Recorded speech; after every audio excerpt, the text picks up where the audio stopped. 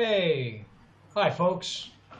Welcome to another Quarkus Insights, this time with a great topic of contributing to Quarkus for the first time. So if you're interested in contributing to open source and to Quarkus in particular, this is the place you very much want to be. We have a super special guest here with us today. So it's me from the Quarkus side, and we have Loïc from the community side. I'll just say that Loïc is one of our most prolific community contributors on Quarkus, so it's a real pleasure to have him here. And I'll hand it over to him so he can give you some more information about himself and the history here, and then we can get talking about how to contribute to Quarkus. Okay. Hello. So I'm Loïc from Zenika IT. I work in France, in Lyon. Today I will talk about how to contribute to Quarkus for the first time. This time this is Hacktoberfest, so this is a month where every developer want to contribute to an open source project for the first time. I have multiple colleagues to ask me to help them to start contributing to Quarkus. So I thought I can do some presentation of how to contribute to Quarkus for everybody, not just for a few colleagues. That's why I'm here today. I started contributing to Quarkus more than a year ago. I started by small contributions, documentations, fixes. Then I had the opportunity to meet Clémence Escoffier and Emmanuel Bernat at Devoxx France. This was 2019? Yeah, this was, yeah, of course, because there was no Devoxx this year. So this was in April in 2019. So you were super early, right? Because Quarkus was released to the public in March 2019. So you're like super early contributor. Yeah, yes, of course. In fact, yes. Then we discussed a lot of stuff, and especially around MongoDB. So I proposed to test the extension that Clémence Coiffeur was developing. So I tested it. So I start contributing by helping to test something. Okay, it's not direct contribution, but it's still a very important contribution. Yeah. Then I start working on a big extension. It's MongoDB with Panache. So the idea was to build the same kind of extension that exists for Hibernate, but for MongoDB. Mm-hmm. And it took me 2 to 3 months to create the extension, and that it was implemented and merged and released. Because when you want to create an extension, if it's a big extension, there is some design phase. Then you need to send a mail to the mailing list, discuss it, implement it, refactor it, re-implement it, refactor it. This happens a lot of time, you know. And then you submit your pull request. There is on the MongoDB with Panache pull request, there was, I think, 250 comments that I need to address. Okay. Then let's just tell people that if you're working like on something smaller, it's not going to be 250 comments. That's for sure. No, yeah, no. You were doing something like really big, really yeah. that affected a lot of people. Like a lot of people want to use Mongo. So yeah, there's a lot of design, like you said, a lot of back and forth that went through. But just to make it clear for people that want to like start out, that's not the typical experience, right? No, no. I just talk about this to say when you want to work on something bigger, it's possible, but it's really a long journey. Okay, but if you want on something smaller, sometimes it's very easy because Quarkus has a very welcoming community. We welcome new contributors. You will always find someone that will help you to understand Quarkus, to understand the code, and to help you implement it. You can start with a lot of different contributions. You can start with documentation, but be careful that sometimes documentation appear more difficult than code, especially if like me, you don't have a very good level in English, but I'm improving.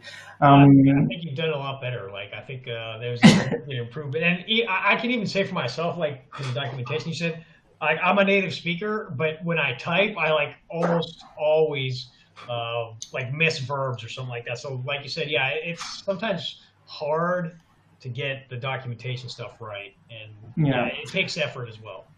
I remember having a peer on documentation with 80 comments. Yeah.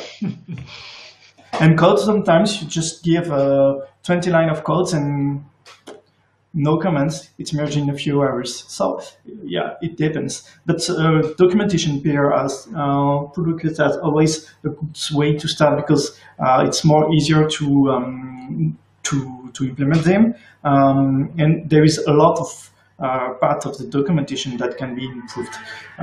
Today I create some documentation issue. So if you're a newcomer, you can just check on Quarkus repo with good first issues. So we have a label with good first issues, and there is some documentation pair that you can take. Easy one. Great. Actually, let me paste that good first issue link in the chat for people to be able to find really easily. Okay, so yeah. Excellent. So yeah, it's just a GitHub label. You click on it, and it's dynamic, obviously. So as we add new issues with this label, there's always new stuff coming up. And yeah, Loïc was really helpful these past few days in actually making this Hacktoberfest push for us to like get some issues out there and properly label them, because everyone's experienced in their own work. Like some things that can be made easier, possibly get lost, like when you're doing your everyday work and you're trying to get something to work, or you're working on 5 or 10 different things. It's easy to forget. So that's one great thing about the community, right? You have people that are looking at all aspects and have different opinions and come at this from a different point of view.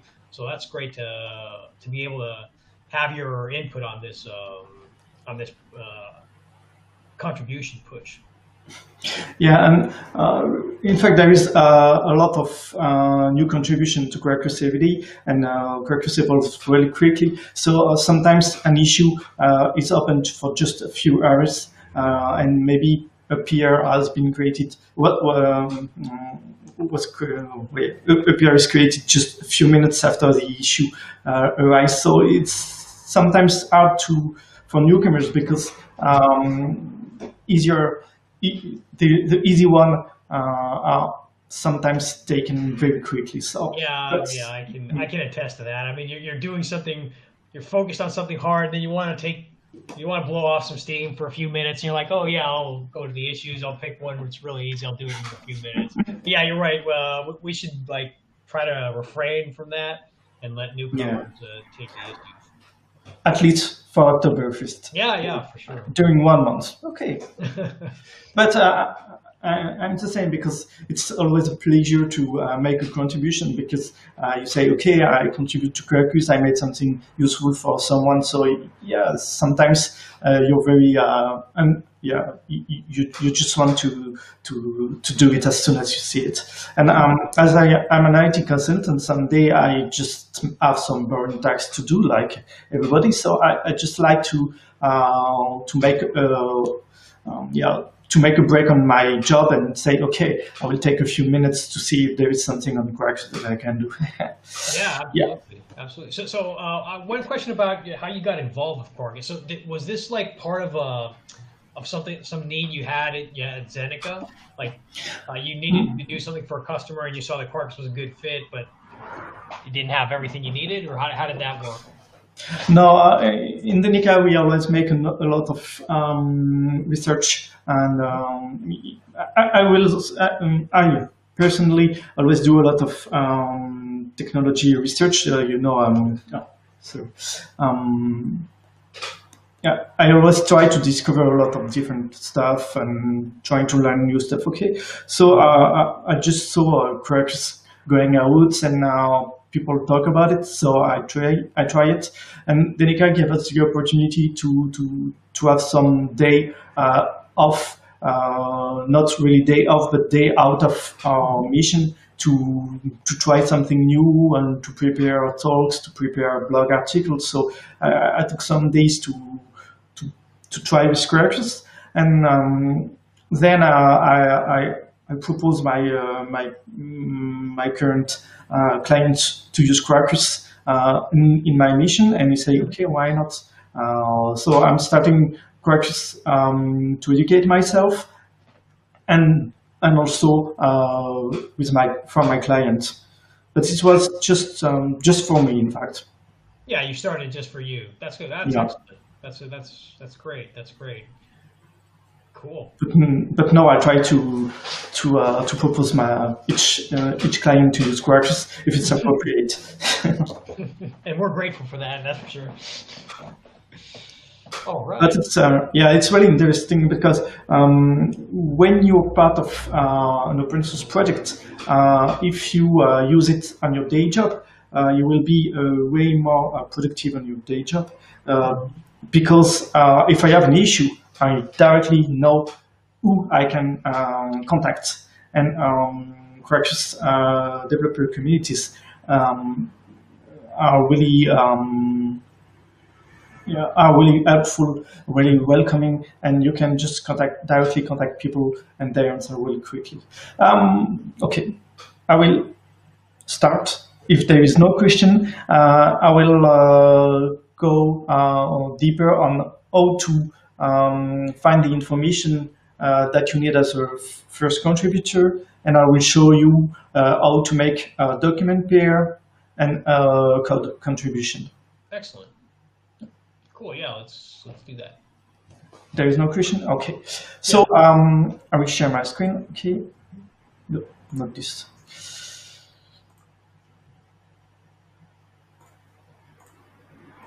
Okay. So this is the Quarkus main repository. In fact, inside the Quarkus organization on GitHub, there is multiple repositories, but the main repository is just Quarkus.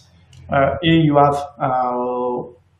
all the code of Quarkus, but I will discuss the code later. Just for you to know, there is a contributing page when you see a lot of technical stuff about how to contribute. So you can start by reading it, but it's a little complex. So I will just give you a condensed version. Okay, if you want to start contributing to Quarkus, you of course need to clone the repository. Okay, in fact, to fork Quarkus and clone your own fork. It's better like this because you need to have your own fork if you want to contribute to Quarkus.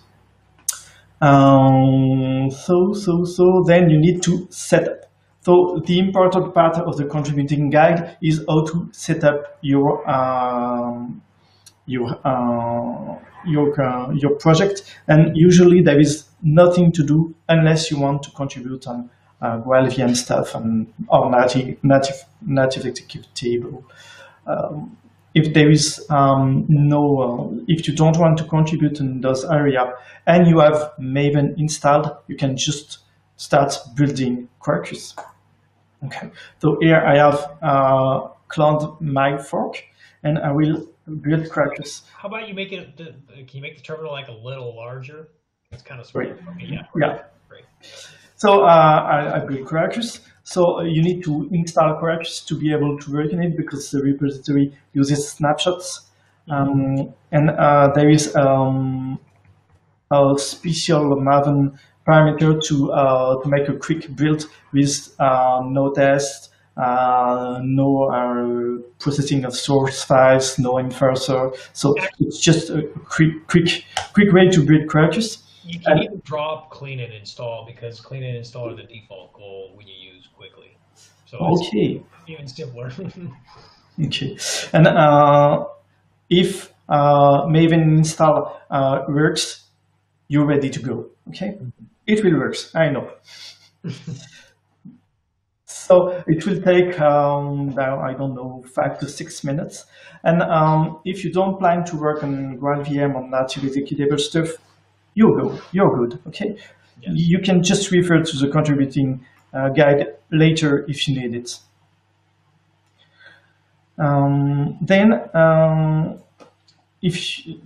Then you need to find on which part of Quarkus you want to work. Okay, so there is Quarkus the framework. Then there is Quarkus the website, but it's not very common to work on the website. Okay, so I will just let it. But there is also Quarkus the quick starts. One thing about the website that I wanted to highlight is that we've seen occasionally some people who want to contribute to the documentation, they actually try to contribute to the website first. And that's because our ASCII doc is built and then copied over to the website. But the actual source, like I'm sure Loïc will show later on, is actually in the Quarkus, the main Quarkus repo. Yes. So here you have all the quick starts. In Quarkus, on each documentation guide, you have a quick start that just show that just demo what's on the guide, and those quick starts are inside the quick starts repository. Okay. Inside the main repository, you have docs where you will find all the documentation, all the Quarkus guides. And you have core, this is the core Quarkus, extensions, all the extensions, and integration test, all the tests. There is other area you can work on, especially DevTools with Maven and Gradle plugin, but usually I work on extensions and integration test. The other area are more complex, and it's usually, yeah. As a first contributor, you will most likely work on extension. Okay, as a first contributor, you must also have some knowledge on Quarkus itself. So be sure to read the Getting Started guides, at least the big guided through your first application, because this is really the getting starting of the getting starting guide. Getting started reactive, okay, to understand our reactive implementation. Quickly bootstrap your application, and if you want to work on native executables, build in native executables guides. So just read the guide. It will give you a nice introduction to Quarkus and how it works. Then you need to find something to work on. So you can just check the issues, okay, and the good first issue. This is the easiest one. For example, here you have a simple issue created today. So this is an issue I will show you to update some code examples from one framework to another. And this is an issue to update the guides. Okay, so there is not very strong format for the issue like documentation or enhancement. The real issue that have a very strong format, it's a bug issue. Okay, for example, you will see it describes the bug, expected behavior, actual behavior, and sometimes configuration and stuff like this. Okay. So there is not a lot of good first issues, but you can also say, okay, I know Kafka, so I will try to find issues on Kafka. So there is area issues and mostly all issues. So you can just search issues by area and try to find something that didn't seem too complicated. Okay, there is not a lot of Kafka. Start with. There is not a lot of issues with Kafka, but for example, with MongoDB, you have a bunch of issues already existing.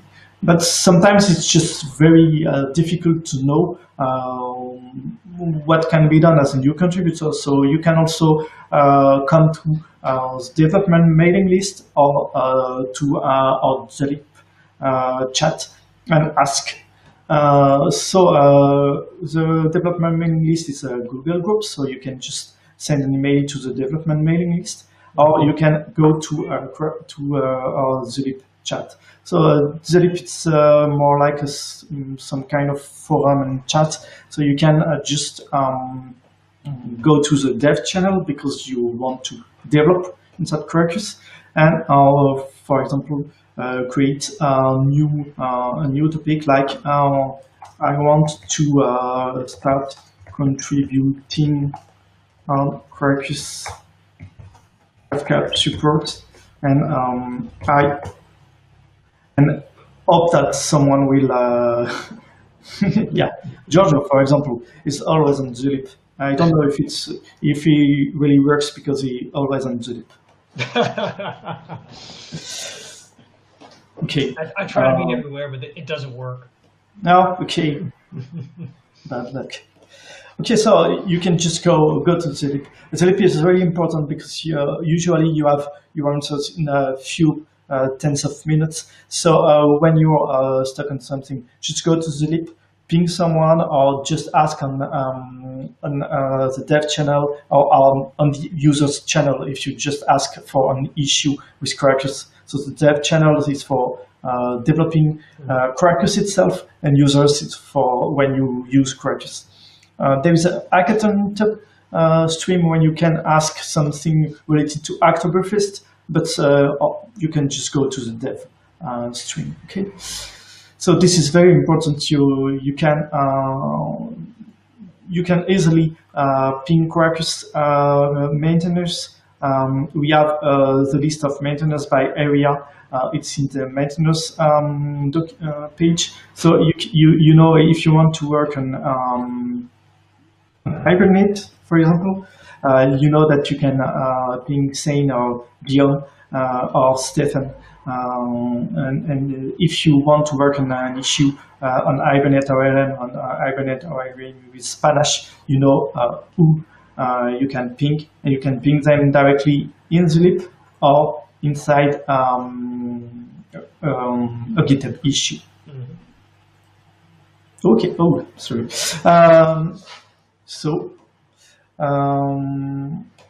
I hope now that you are not no more lost inside Quarkus documentations and the good page to read before contribution. So it's really contributing guide, some part of it, the getting started guide, and don't forget to seek for help in the lib and based on the information that you can have inside the maintenance page.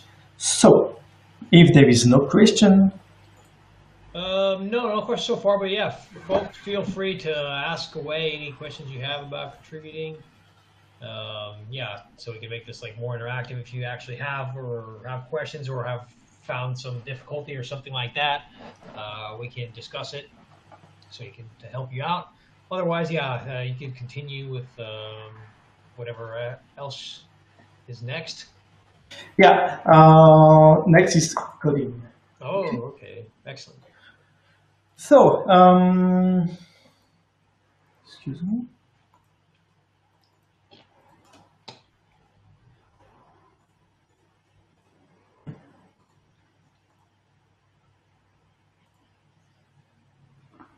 Quarkus is still building. Okay. My first contribution will be a documentation contribution. So all the documentation of Quarkus inside the Quarkus main repository under the doc directory, and you should go to src main ASCII doc. There you have all the docs. You can find the name of the guide is the name of the documentation file, so it's easy to find one. For example, if you go to no, not this one. For example, if I say, okay, I want to contribute, I just saw that the Mongo. For example, the Mongo guide is missing some configuration. Not this one. This one has it. This is the other Mongo guide. So I just see that the Mongo with Spanish guide is missing some creating Maven project information on how to add the extension after your project has been generated. So I will contribute this kind of information. So I will locate the guide because, as I said, this is the time will have the same name as the URL, so it's easy to find. MongoDB Spanish. Okay, so this is ASCII doc. It's not very complex. It's just like ASCII doc. It's just like Markdown, but with a slightly different syntax and with more capabilities. Mm-hmm. And IntelliJ also has integration. Yeah. And you can see the final result, like when you make changes, stuff like that. Yeah, I never use it, but yeah, you can see the final. Yeah, it's under the ASCII doc, and you can also use VS Code for just documentation. So here, this is the part of the documentation I want to update, and I will just copy it from here because this is yeah. Right. Okay. Yeah. So this is basically what I want to have, is to have the same structure, the same documentation schema between the MongoDB guide and the MongoDB with Spanish guide. So okay, this should be approximately good. Yeah, you can have to check MongoDB Spanish. Okay, so this is a change. Now, as I'm a good developer, I will test it. Okay. Don't tell anybody, but sometimes I don't test it, and sometimes documentation breaks. So you really should test your documentation. Well, so now we have a job on CI that actually does test the documentation. So yeah, even if you do break it accidentally, we won't be able to merge it. Yeah, I know. I add it because I break stuff. Yeah, I broke the CI, so due to bad documentation, so I proposed to create a documentation CI. Yeah, that's a good idea. Yeah. Yeah, I think most of us have broken the documentation a few times. It's too easy to break it. Yeah, it's really easy to break the documentation if you add link. So you don't break the documentation with link. You break documentation with bad list, bad documentation reference, stuff like this. But the main issue with documentation is the link. Okay, so just test your documentation because you need to test the link.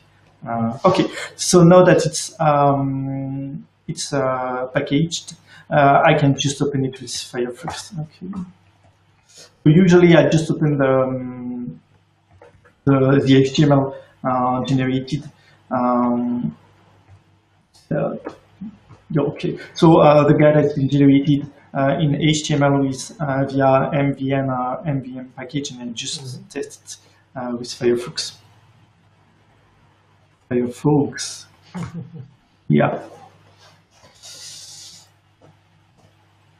Okay, and here I see that. Okay.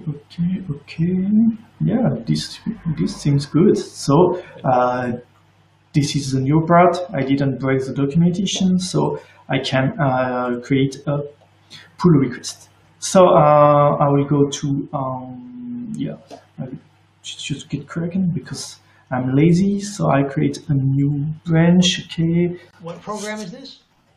Kraken. Ah, It's the best Git client, but never used it. yeah, it's really easy to use. Yeah, I just use IntelliJ, but yeah, okay, this looks good.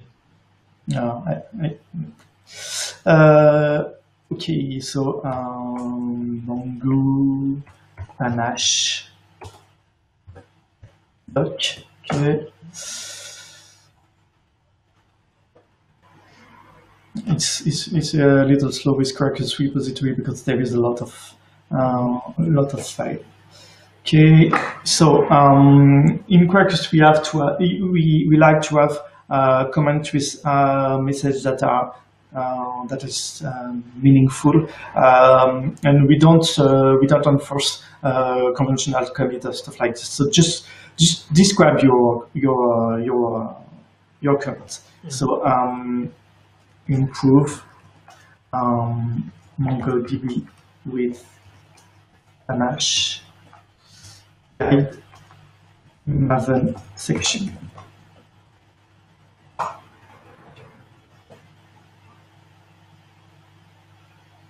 Okay, I will push to my own fork. Mm-hmm. And then I will show you one very important step. So again, this is not the yes. So I will go to my fork.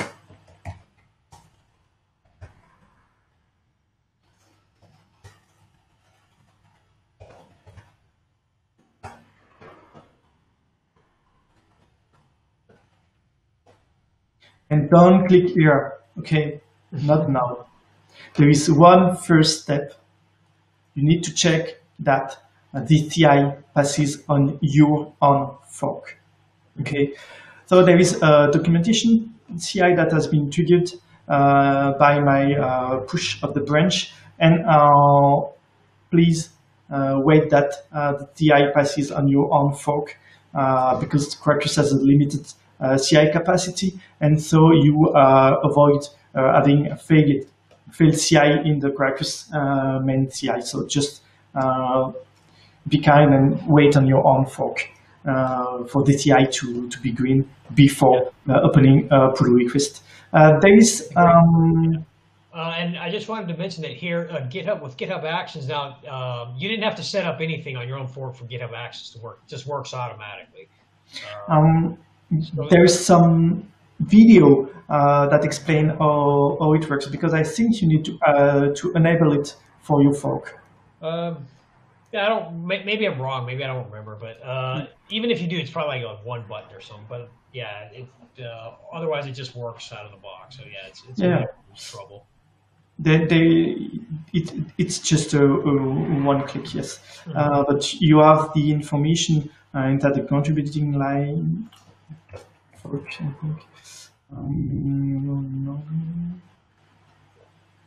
Yeah, there is a video. Yeah, this is this section. There is a video here you can see to enable the actions on your own fork. So it's just a one click. So now I will open the pull request. Okay. I will not wait for the CI because it will take a few minutes, but please wait. Mm-hmm. Okay. Usually, you don't have to write a very complex comment. You can just open the pull request if it's self-explaining, and this one is self-explaining. So I create a pull request. The TI will pass on it. Then you can just ping someone if it's not already the case. Normally there is a bot. I think it's Boring Seaborg, its name. He will just ping the people that works on this area MongoDB with Spanish, I will be pinged. But you can also just ping someone that you know, for example, me. So now I can review it and say, okay, it's good. Okay. But I will not merge it because I just create it very quickly, so I don't know if it's good or not. Yeah, you can also create issues, create pull request on draft. So instead of creating a pull request, normally you can create a draft pull request. This avoids the TI to run on your pull request, and so you can just open it if you want to have someone feedback, but but your pull request is not ready. You can open it draft with a draft status. So you can open a draft pull request, and you can just edit the title and put whip like I does. Okay. Yeah, whip means work in progress for those who aren't really familiar with the term on GitHub and stuff like that. So yeah, basically when you do it draft, when you either open it as a draft or you add the work in progress, let's say marker, what happens, like Loïc mentioned, is that it doesn't run on Quarkus CI, but it does run on your own CI. So you will get feedback on your own CI about your pull request. The idea is here that your pull request isn't complete, but you do want to talk to some of the developers on Quarkus about it, right? You just don't want to run CI because you know it's not complete yet. So yeah, this is a good way to, like, once you're past, like, you've done like a first design or something like that, and you want to get some feedback before continuing to invest more time on it, this is a good way to proceed. Yeah, and if you open a draft pull request, you can more easily ask for help because you can give the pull request link on the lip, or you can just say, okay, please, Giorgio, correct my typos. Okay, because usually I do a lot of typos. So even if someone accepts a documentation pull request, be sure that the people that review it check the typos, the wordings, okay, because sometimes you just don't see anything. This is all for the documentation part. If you update some code inside the documentation, it means that the quick start needs to be updated also. You can see here on the MongoDB with Spanish, we have a solution section. Solution links to a quick start. And if I update the code inside, this guide, for example, I update the person entity with some other functionality. You also need to update the other repository, so the quick start. On the quick start repository, you would just have one directory for each quick start. So you just search the quick start and you can just update the code. Okay. If you create a new guide, you also need to create a new quick start and send a PR to the quick start repository. Okay. A lot of, okay. Is there any question regarding documentation? No, I think you've covered it really well, so no one has any questions so far. Okay. So now I will make some code changes. Okay. I didn't remember what I wanted to do. Okay. We have a question here. And the question says, which extensions are more accessible to start contributing, or how did you filter issues to start?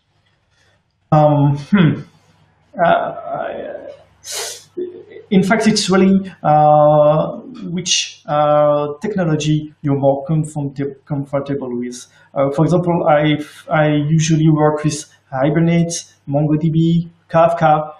So there is this extension it's more easier to work on because I know the technology. And also some extensions are very complex deployment parts, so it's not easy to work on them. I will discuss this later. It's really, yeah.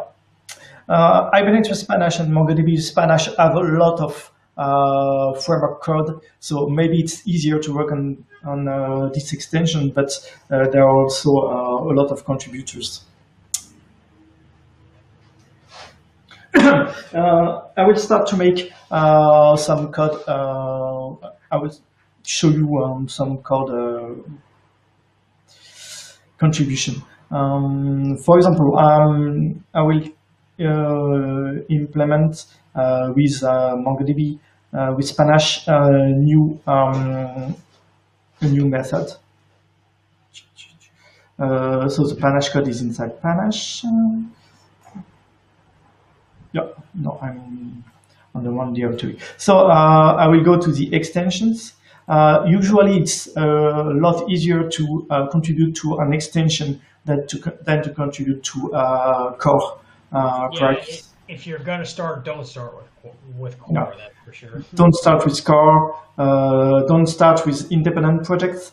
It's projects that are independent to Quarkus, but that's integrated inside Quarkus. But you can use them outside of Quarkus. Don't look at TCKs, and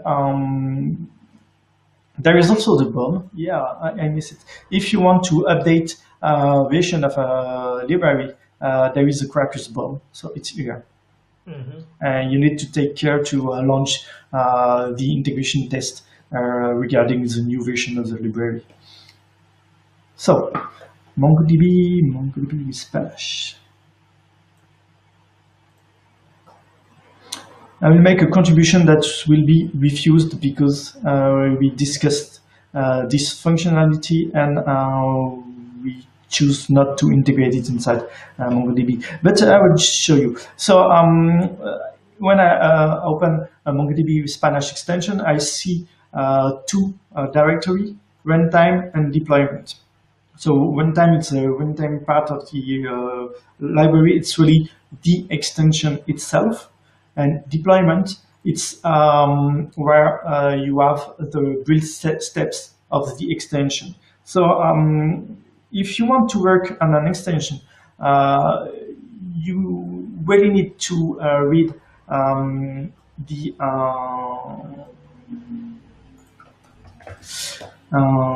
extension. No, it's easier to get there. Really need to read the building my first extension guide and the first section of the writing extension guide. The writing extension guide covers a lot of different areas of Quarkus extension, so don't just read everything, but you really need to understand the extension philosophy. So first, what is a Quarkus extension? According to me, a Quarkus extension is just a way to integrate some library, some technology inside Quarkus. Okay, this is my own definition.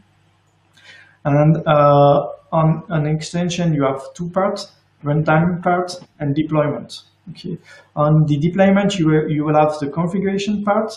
No, there is no configuration part on MongoDB. There will be some bootstrapping part, what we call a recorder.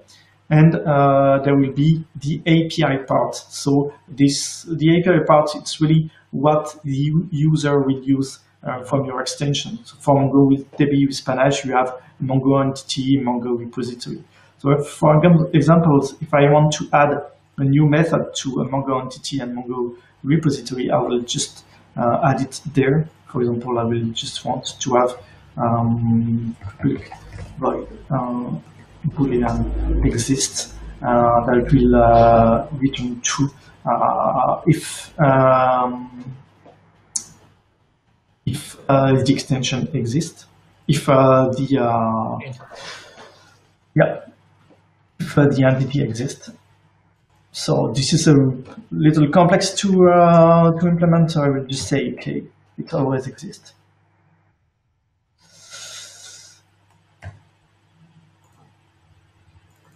Yes, okay.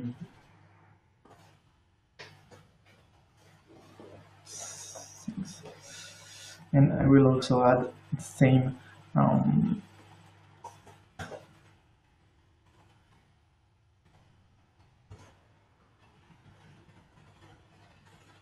so yeah, I just make 2 new add-ons to the MongoDB with Panache runtime code.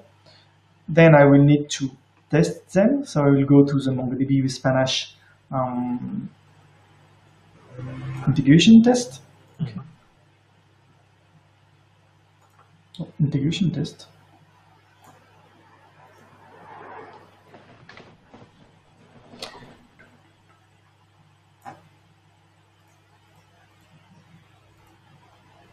So the integration tests are basically actual Quarkus applications that use the functionality that we're trying to test, right? So here, what Loïc would do is like he'd go and update this application, like add a JAX-RS resource here that actually calls the Panache method that he added. Yeah. Yeah, there is some unit tests inside the extensions. They are usually located inside the deployment module, but it's really not all extensions have them, and it's really to test small part of the extension. The integration test, it's really where you will find most of the tests on Quarkus extensions. So, for example, here I can say, okay, if no, yeah, I can just update yeah. It's not person that exists. Okay. So here I have tested it. We'll go to the extension Panache. MongoDB with Panache. I will install it. So I will just build it and install it locally.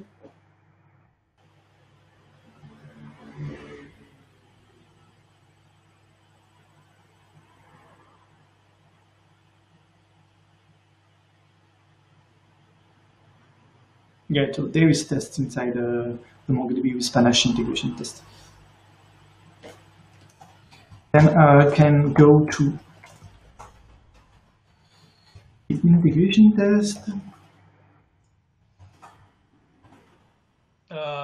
Once you're done with that, we have a question.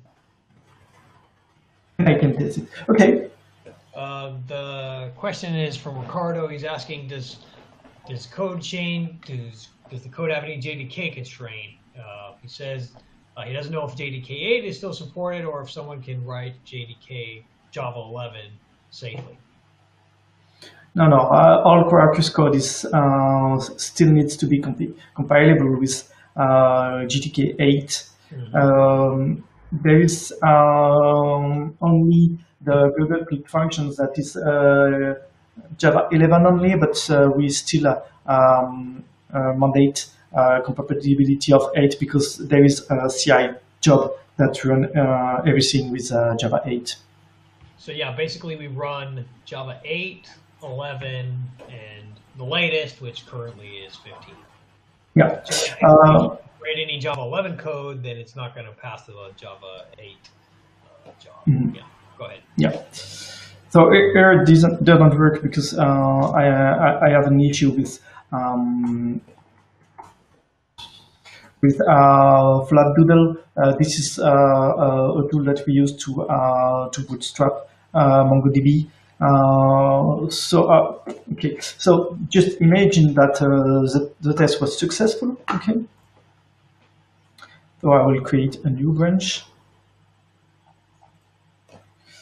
Fit MongoDB Panache exists.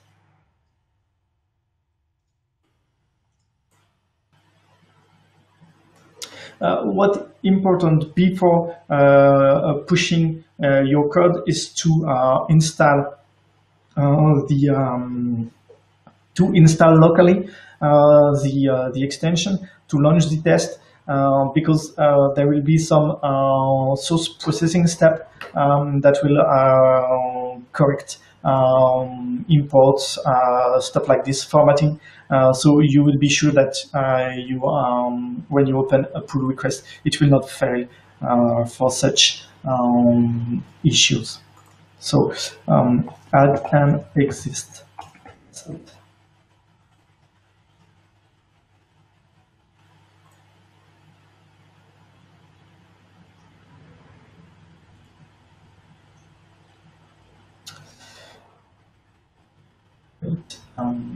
this one. Okay, sorry.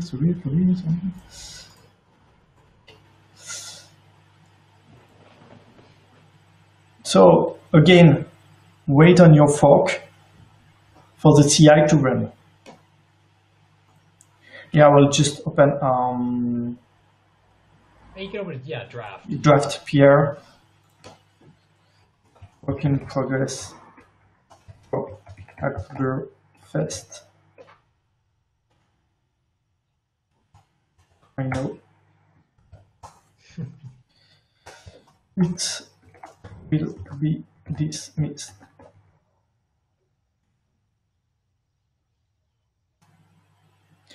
And after this, again, you should have a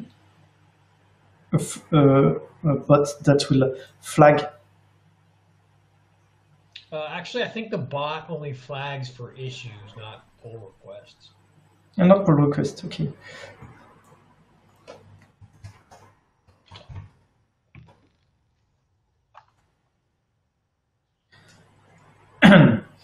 What's strange is that it's tried to launch TI. Well, it shows that it does, but then I'm pretty sure that after a few minutes, one of our jobs kicks in and cancels it. Okay, so I let it this way. Okay, so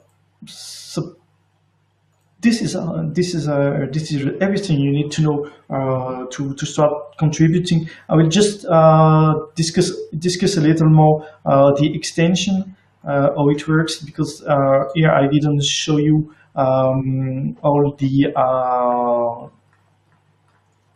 the really powerful extension model of Quarkus. Okay, so I will just open a more easy to understand extension, for example, Neo4j, the Neo4j one, the Neo4j, yes, okay.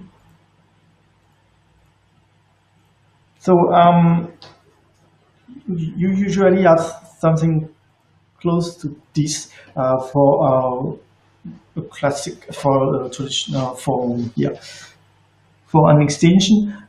You have a configuration class, okay, here, Neo4j Configuration. So here you define the config items that will be that the user will be able to configure. So for example, this item, the user will be able to configure it with Quarkus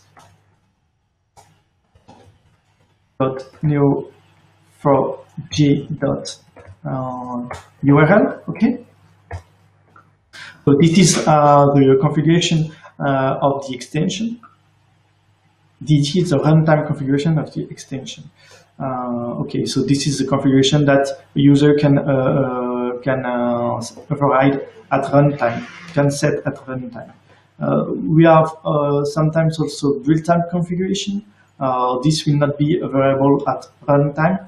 For example, this configuration item allowed to configure whether else is enabled on Neo4j, and this is only configurable at build time because we need to set up else check, and we prefer to do it at build time to avoid doing it at runtime. Okay. Yeah, and that's a feature of a lot of extensions. Like they break configuration between runtime and build time. yeah, this can be a little, yeah, a little strange at first, but then you're used to it. Then I will just show you a process also, the deployment module of an extension. This is the part of the code that will be called at build time via the Maven or Gradle plugin, and it will record build step that will then be replayed at Bootstrap when you bootstrap your application. It's a little more complex than this, but okay. Basically, it's just if I want to make it easier, it's this one. So you have usually for each extension a feature build request that will just allow to declare the extension. So it's just say, okay, I'm the Neo4j extension. Then you often have some step that will create additional bin build item. So Quarkus have our CDI implementation arc that is not that is based on Yandex. Yandex, it's a library that will index your CDI bins at build time. So it will create an index like a search index. And then Quarkus will use this index instead of searching for class, searching for CDI bins inside the class path. So it's really it's quicker and it has more functionality, but there is no indexation of the extension code. So if you want to add a bin to the CDI container, you need to create an additional bin build item. So an extension of build step, and those build steps will generate build items. Okay, here it generates one build item that will add the Neo4j driver producer to the CDI factory, to the CDI container of Quarkus. The Neo4j driver producer, it's runtime bin because it will be loaded when your application starts. So this is a CDI producer bin, and it just produces Neo4j driver. So this is really what you can find on a lot of extensions. So having a processor that will add a CDI producer, and the CDI producer will produces some driver to access Neo4j, or driver to a client to access Elasticsearch. So you will often find the same schema inside extension. When there is some more complex stuff to be done on a processor, but complex stuff to be done at runtime, it uses a recorder. A recorder will generate bytecode that will be replayed. So it's more complex. So you can, if you need to work on a recorder, just read the extension author guide. Author's guide, and then ask for like help on the chat, like to ask people like what other extensions do similar things, because looking at code that does similar things usually helps a lot when building these extensions. So it's like Loïc mentioned earlier, use the chat, the Zulip chat, when you want to do something like complex like this. Mm-hmm.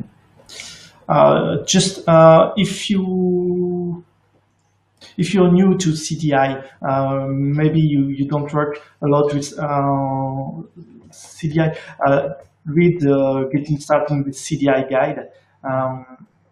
It's really, it's just give you quickly some introduction to CDI. It's really easy to read it.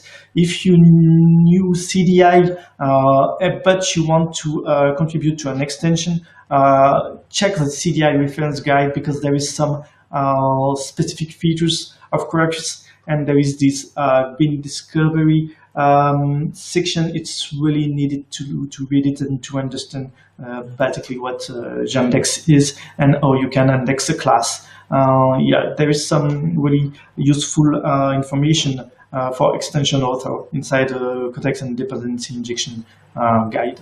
So really read it if you want to contribute to an extension. I will not go into more detail inside the extension. Inside the extension, excuse me. Inside the extension model, you can just ask. If you don't know, I just search something. Yeah, okay, I know.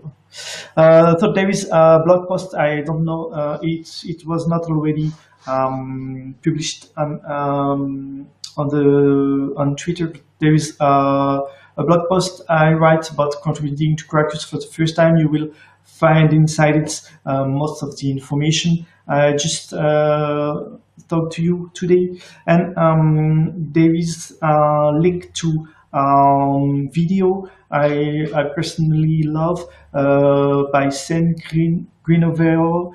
He talked about Quarkus and Graal VM with Hibernate, and he described some of the extension. Yes, it described how extension work with Quarkus in the beginning of the talk. So yeah, if you really want to understand how Quarkus extensions work, you can just check this first part. The first part of this presentation it's really clearly described. Yeah, so you did a good job, really good job on that. I think there's another one somewhere from Stuart who explains Quarkus in depth. Okay. I don't have the link at hand, but if I find it, I'll add it. I'll paste it, and then you can maybe add it to the blog post as well. There is a publication page. This is what I search. Yeah, okay, here, and you found a lot. You can find a lot of blog posts or video about Quarkus. If there is something from Stuart, you should be able to. It was a presentation actually he gave at some conference, so I don't think it's in the blog post form. Anyway, well, I'll try to find it. Didn't seems to be entitled, but yeah, if you find it, yeah, for sure, I'll let you know. Yeah. No, I'm open to question. I don't think I have something else to show, and now it's been 1 hour. Yeah, that's great stuff. A lot of stuff, everybody. So we're at the 1 hour mark. But if you have any final questions for Loïc, I know he covered a ton of information. So this is a lot of stuff to get you started. Anything you need was covered here, I would say. But if you have any more questions, then ask them right now. Or else you obviously can ask in the chat. The Zulip chat or our Quarkus dev mailing list, but for getting quick answers, usually the chat is the best way to go. Yeah. Yeah, but if you want to talk about designing an extension or a part of an extension, you need to send a mail to the mailing list. Yes, because not everybody is on the chat, and but the mailing list, there is a lot of people reading it. There is just one kind of contribution that I didn't cover. It's user stories. There is a dedicated section on the blog for user stories, and there is an adapter page where you can find all user stories. So you can also just contribute to Quarkus by saying, "Oh, you implement Quarkus." That's a great point, actually. Yeah, if you're using Quarkus in production, then yeah, we definitely want to hear from you, hear your story, how you got to it, how you found out about Quarkus, how it helped you, what your use cases, what your domain is, and then yeah, you could, if you want to, then we can publish that on the Quarkus.io website for other users to see as well. So I think, yeah, we'll leave it at that for now. And Loïc and myself and the other Quarkus contributors are always available for you on chat. So please reach out if you want to contribute and you need help, and we'll be glad to help you.